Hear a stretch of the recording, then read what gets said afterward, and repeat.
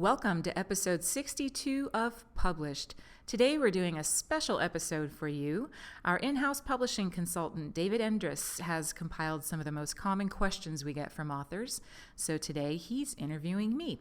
We'll talk about a range of topics in today's episode and attempt to best answer your most burning publishing questions. Welcome to Published, a podcast by Greenleaf Book Group, where we'll discuss the ins and outs of the publishing industry, from writing a book and finding the right publisher to gearing up for a book launch. And now, here's your host, Greenleaf Book Group CEO, Tanya Hall. Welcome back to Published. This episode is unique in that you'll be hearing from me today, and you'll also be introduced to David, one of our in-house publishing consultants who's come out from behind his desk to chat with me about some of the common questions he gets from authors. These questions will span from how do I protect my manuscript to how do I become a bestseller. So if these are things you've maybe asked before, be sure to stay tuned. And if you like this episode, please leave a comment and send us more questions. If we get enough responses, we'll probably do another one of these in the future. And for now, let's get into the interview. Hi, I'm David Endris. I am a full-time in-house consultant with Greenleaf Book Group. I have been with Greenleaf for about 2.5 years. And what I do is help authors strategize their book projects from the early stages through the entire process up to and including publication date and beyond. Tanya, hello and welcome to Published. So as we always do, can you start by just telling us a little bit about yourself and what you do here at Greenleaf Book Group? Certainly. Well, in addition to hosting this podcast, I'm the CEO of Greenleaf Book Group, and I've been here for 18 years. So I've kind of hopscotched around the company quite a bit before landing in the CEO role, and I've therefore built a wealth of experience in everything from distribution to marketing. I will say a moderate level of editorial and design knowledge, although that is not my forte, and I try not to interfere in those areas too much, but just a lot of general publishing knowledge. And prior to that, I worked in broadcast TV, so have been a media person my entire career. Brilliant. So first question, and this is one that we get quite a bit when speaking with authors, is they are worried about their page count. Is my book too long? Is my book too short? What kind of advice would you give those authors? Yeah, this is a common one. And my advice initially will be related to, let's call it a traditionally distributed book, right? So something that is intended to go into brick and mortar retail, as we call it, because that's when this really becomes important for merchandising reasons. So the magic number, to give you the short answer to your question, is 60,000 words, give or take. That's going to give us a book that is 200 pages, give or take, with a standard 6-inch by 9-inch, what we call trim size. And the reason we want to have at least that many pages is because, of course, when you go into a Barnes and Noble or even a library or an airport, usually the books are spine out, and we need some real estate for that book to be noticed. So if it's any smaller than 200 pages, it starts to really shrink the dimensions of the spine to where the book literally gets lost on the shelf, and we don't want that. Of course, at the same time, nobody wants to read a book that really should be an article and has been fluffed up to no end to meet 60,000 words. And for that reason, designers can do some amazing things. If we're sort of short on words, they can play with a little smaller trim size, which in turn kind of beefs up the spine, or we can do fun things with the layout to introduce some graphic elements that can, again, just give us a little bit more room to play with as we're working to get to that optimal dimension for merchandising purposes. But as is always the case in publishing, it's kind of it depends question, because there are certainly books, David, I know that you personally are very familiar with one that we've recently done that's probably double that, if not more. So we have books that are way more than 60,000 words, and we have books that are less. So it really, above all, kind of depends on what does the content demand. And then if we're looking at a print-on-demand publishing model, this doesn't really matter as much. We actually have a lot more leeway because we don't have to deal with things like merchandising or what the retail buyers are looking at when they're working off of their modeling systems. So that's another reason why we kind of try to target that 200-page length, because retail buyers have systems that say this type of book, when it is this length and this price point, sells this number of units. So it gives them some knowledge to make more informed purchases. And when we move away from that, we start to see our results, I would say, waver as we're trying to get books into retail. But none of that matters when you're doing print on demand and the book is intended for sale online. So we can be a lot more flexible on that front. Yeah, there's definitely a sweet spot, arguably, in that sense. Yeah, and certainly a minimum, even with print on demand, with POD, and no maximum. But I guess when we hit a certain point, then the conversation becomes, well, should this be 2 books, possibly? Exactly, because we have to think about reader expectations too, right? We all have some assumptions about the length of a book.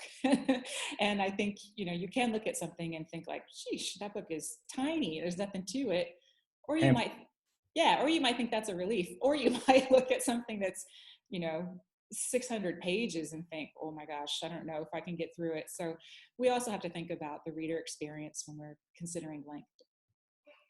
I know that a lot of authors with whom I speak have multiple books in their queue that they'd like to publish. This happens quite often.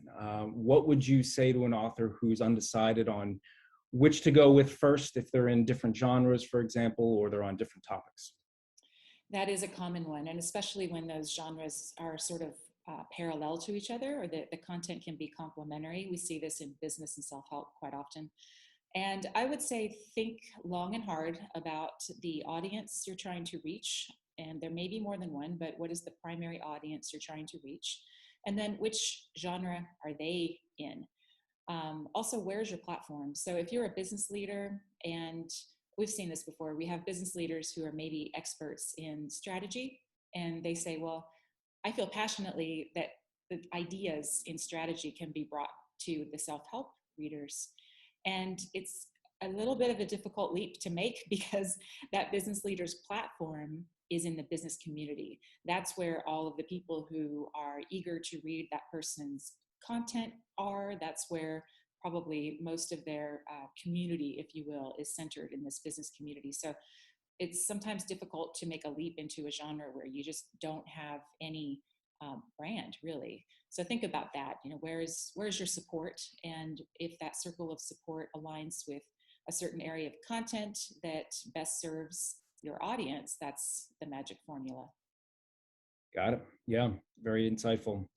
Another thing that I hear from time to time too, and this goes down to the fact that books are the babies of the authors. They're fairly protective of them, and sometimes they'll ask, well, is it dangerous to submit my book to a publisher? Will somebody steal it? How do you protect it? What do you usually say to those authors?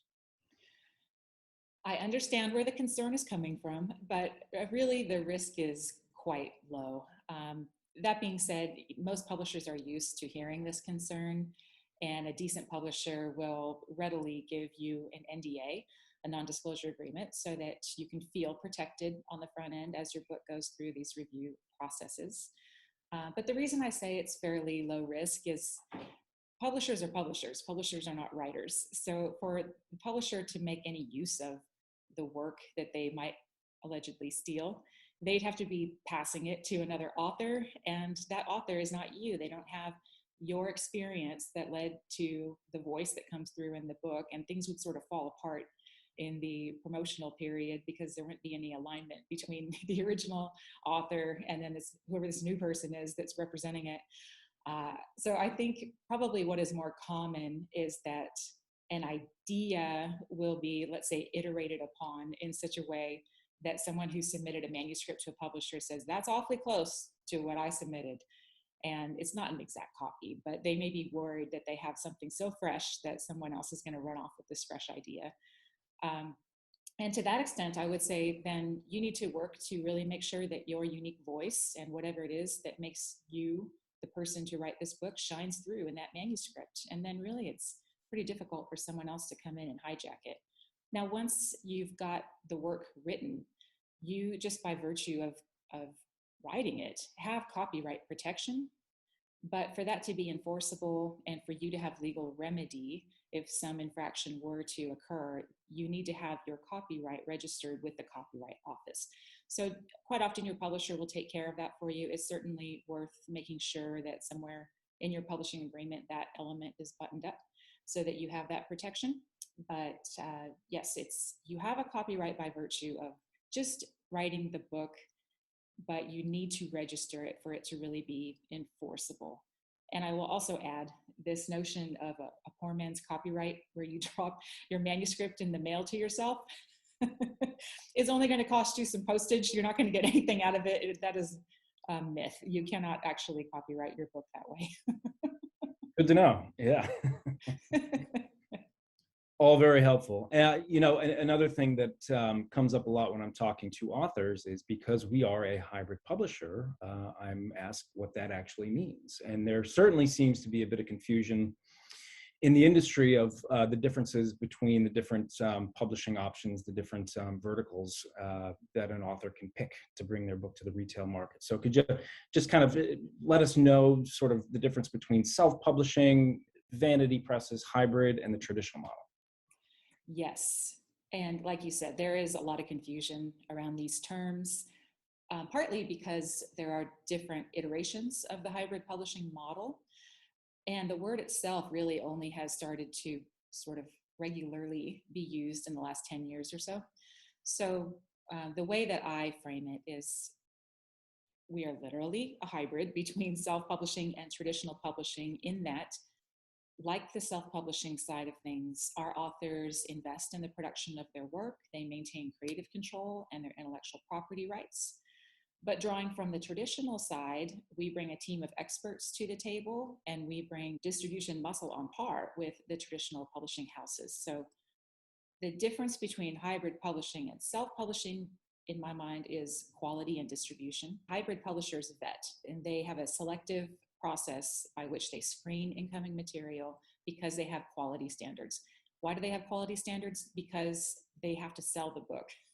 And if you have a reputation of bringing on a whole bunch of books that are garbage, you very quickly lose your selling power. So Greenleaf Book Group is unique in that we are a publisher and a distributor. We keep distribution in-house. But other hybrid publishers have distribution. They just use third parties, and that's fine, as long as there is a proactive sales force championing the book. You can say it's being distributed. So I will also add that IBPA, the Independent Book Publishers Association, actually has a wonderful list of criteria by which to qualify a hybrid publisher. So if you're looking at a potential deal with a hybrid publisher and you're wondering, like, are they actually a hybrid publisher? It's a very good idea to just check out that list from IBPA and ask the questions, see if they meet those standards, and that should give you a pretty good feel. As far as the other areas that you described, a vanity press would be like Author House or any of those Author Solution family publishing companies, or Lulu, where you literally can just upload a manuscript and click some buttons and it's published. So it's called vanity because they're appealing to an author's vanity, their ego, to just publish whatever. There is no vetting. There is no real expectation to sell it into the retail market. So there's no screening for quality. And typically those books sell very few copies because of that. And generally you want to stay away from vanity publishing. There are some really crooked vanity publishers who will even charge the author for publishing services and retain some rights, which should never happen. If you're paying for services, the flip side of that is you retain some rights.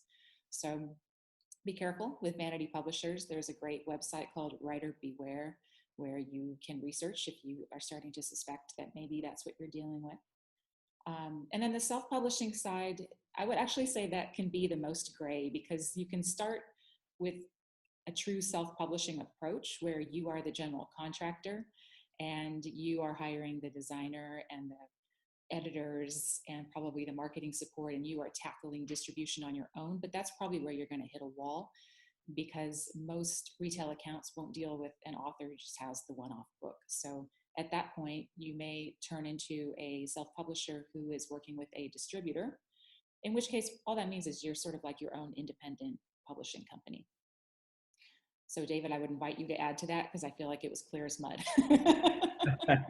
No, that makes sense. And actually, furthermore, touching on just the sheer number of different options that authors have nowadays, which is a wonderful thing, right? That wasn't maybe the case 20, 30, 40 years ago. But nowadays, you get a lot more people who want to write a book and publish it because they can. And that being said, another common question that comes up is, just by virtue of how flooded the market is, they want to know, well, how do I get a publisher to notice my book? So what do you look for as a publisher in a book for a debut author, and what sort of rings the bells, as it were? Yeah, I think any publisher worth their salt is going to say, of course, we're looking for quality content supported by an author who we legitimately believe is going to do their part in promoting the book. I often tell people that the best books that we have published here at Greenleaf are not our top selling books, and that may get me into trouble. But the point is that you can have a really amazing book, and if the author doesn't do their part to promote it, it's not going to be a strong seller. We really need the author to come to the table and understand the commitment that's involved in getting out there and selling the book. So quality content, content that's differentiated is obviously super appealing. There's just so much competition in publishing, with thousands of books being published every day, that if something comes along and it makes people say, oh, that's a different take on it, or that's maybe something a little controversial even, those are the types of things that make people notice when the book comes out, and therefore it's going to probably have a little stronger selling power for us. And then I would also say that we're looking for authors who work well within our business model, which does require collaboration. We need their input on a lot of creative decisions. We need their sign off on things. And at the same time, we expect them to respect that we are experts in this, having done it for 25 years. And we have to turn around and sell the book into the retail market. So, our suggestions are coming from that angle. And we're often in a situation where we will have to find a middle of the road approach to something for that reason. So we may have an author, for instance, who insists on a certain color palette for the cover because it is then in line with their company branding. And so we say, okay, we can work on that or with that and come up with something that's also compelling for the market that we have to serve. So those compromises can be made if there is the right spirit behind those conversations. But just in terms of author expectations, if somebody comes in with a book and they're expecting to sell hundreds of millions of copies and win a Pulitzer Prize, we're probably going to have a talk about expectations, because it's not that we don't want that too. We would love that, but history says that's potentially a long shot, and ultimately we don't want a disappointed author. Sure. Yeah, it's a business, much like music, movies, or other kinds of art. Book publishing is, though an art, it's a business, So, and that being said, how do you go about figuring out cover prices for books? Ooh, cover prices, well, like everything in the world right now, they're going up because paper prices are going up. But in general, I would say you could compare it to the process that a realtor would use when coming up with the price for a house that they're going to sell. So they look at comparable homes that have recently sold in the area, and that's usually how they come up with a range.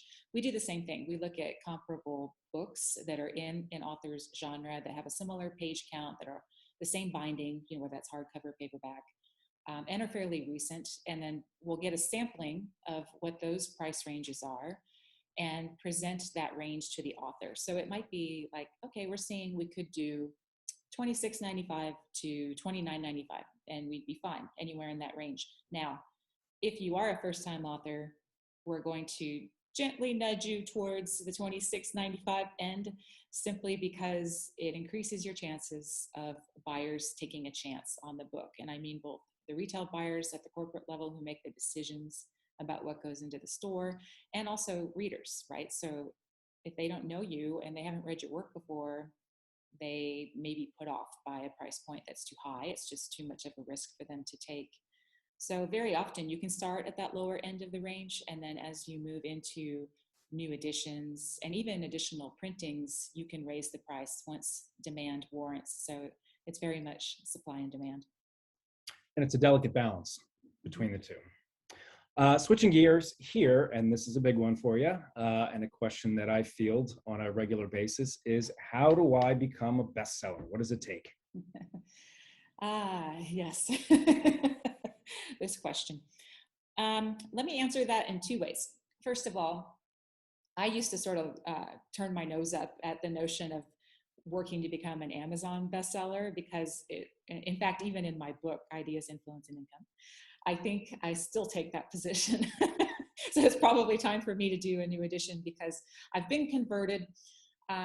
For it to be an Amazon bestseller, you really have to push a certain velocity of sales within a 1 hour period. And you may think, as I did back in the day, like, who cares? Who cares if you're an Amazon bestseller when especially people in the industry know it can be so easily gained? Well, the answer is the search engine behind Amazon cares. So its algorithm takes into consideration many things, including visits to a page and clicks and reviews, when determining what to surface to a user when they search for certain terms. It's a giant search engine, right, Amazon? So we want to make sure that we increase our authors' chances of turning up high in those search results, and achieving that bestseller strategy is one element that contributes to that. So for that reason, yes, I'm now a supporter of the Amazon bestseller campaigns, and they can be very important to search. And so what is required, as I said earlier, it's really a matter of looking at your network and figuring out who in your network you can mobilize to buy the book all within a 1 hour period. There are strategists who do this. We do it in-house at Greenleaf too for our authors to make sure that we've got all those moving parts buttoned up for them, and they can usually then achieve that bestseller status in a few categories if done well. And then, of course, there's the how do I become a New York Times or Wall Street Journal bestseller, even USA Today. The short answer is that is also a measure of velocity of sales, but it's in a 1 week period. Now, each of those publications comes up with their lists in their own unique way, and especially the New York Times is quite hush hush. Again, there's a whole section about this in my book, but suffice it to say, authors who are able to muster up some pre-orders and really rally a lot of support, usually in the first week or so of their book's launch, can be well positioned to hit one of those lists. How many books does it take? It depends on when your book is coming out, what kind of competition, of course, since it is a ranking. If there's a whole bunch of books that are selling like Harry Potter type numbers, you may be in trouble, but there are certain times of the year when you have better chances because there aren't historically the big books that come out, let's say, in fall and spring. So again, there are strategists in our industry who work on these types of things, and it's something that really takes a lot of preparation and advanced strategy to do right. But certainly we've got, I believe, over 50 New York Times and Wall Street Journal bestsellers here at Greenleaf, so it can be done. Yeah, and I'll echo the Amazon bestseller status too, especially with just how many books sell online. It's certainly in the year or two during the pandemic when people were shopping online, we've seen that pendulum shift more to a balanced split between bookstores and Amazon now. But regardless, with 3, 4, 5,000 brand new books published every single day around the world, the big question is, how do I get my book to be visible? And it's through tweaking Amazon's algorithm, and the bestseller status will help it regardless, to get it to be visible, discoverable, and searchable, to find people who don't know who a particular author is, but can do so just by poking around online. So yeah, that's very true. And I also add, when authors start to sort of dig around on this topic with me, I frequently will turn it back on them to ask why it matters. And so if you're a speaker, yes, having Wall Street Journal, New York Times bestseller behind your name is a huge differentiator, and actually can bump up your speaking fees quite a bit because it just makes you stand out from the pack. And it really gives this third-party verification, right, of the validity of your ideas. So on the other side, if you're someone who thinks that hitting that list is just going to immediately transfer into sustained sales, I can tell you that doesn't happen. So if all of that effort went into week one, but there was no effort going into sustaining it and continuing to engage and build your platform, after that, those sales are just going to drop off. And people don't really hunt for the next book they want on the bestsellers list typically. Some people do, but that's not a pattern that you should expect to see. Got it. Yeah, great advice. Well, Tanya, thank you so much for your insight today. Now, if there are authors out there that have more questions about the writing and publishing process, could you recommend some resources for them to turn to in the meantime? Of course. And at the risk of sounding self-promotional, I swear to you, everything I know about publishing is in my book. And all of the questions that we talked about today are in there as well. And that's ideas, influence, and income. I will say this podcast is a wealth of information. We've had tons of guests in all different topics that have shared really fascinating insights. So that's a great resource. And then the Learning Center on Greenleaf Book Group's website, on greenleafbookgroup.com, has so much information, and it's organized by categories. So you can deep dive on editorial, marketing, design, audience building, all kinds of stuff. So those are some really strong resources. And then in general, especially for our authors, the team here at Greenleaf, we are all word nerds and publishing geeks, and we always encourage our authors to lean on us to see, if we can help you with whatever's on your mind. And to that end, David, I wonder, since you are one of those people who's getting these questions right and left all day long, what's something that our listeners might benefit from that you are frequently answering? Yeah, I would say one that we didn't really touch on specifically comes down to timelines, which just as much as the variety in publishing options varies as greatly. On one hand, an author can self-publish fairly quickly within, it could be weeks, it could be a couple months. At the other end of the spectrum, via the traditional model where there's a lot more gatekeepers involved, from a literary agent through an acquisitions editor all the way up the chain to the actual publisher of any given imprint, it could be anywhere from 2 to 3 years from the start of the process until the book's publication date. And then every shade of gray between. Greenleaf tends to publish books within 7 to 12 months. It tends to be on the higher end just by virtue of the buying timeline of our book buyers, who typically will be shopping for titles 6 or 7 months before the book's publication date. That's when they're deciding what books to take, how many copies. But that's a sort of a rough time frame. I think one of the preconceived notions a lot of authors have is that it's a much quicker process. But if done well, if done correctly, it actually takes a bit of time.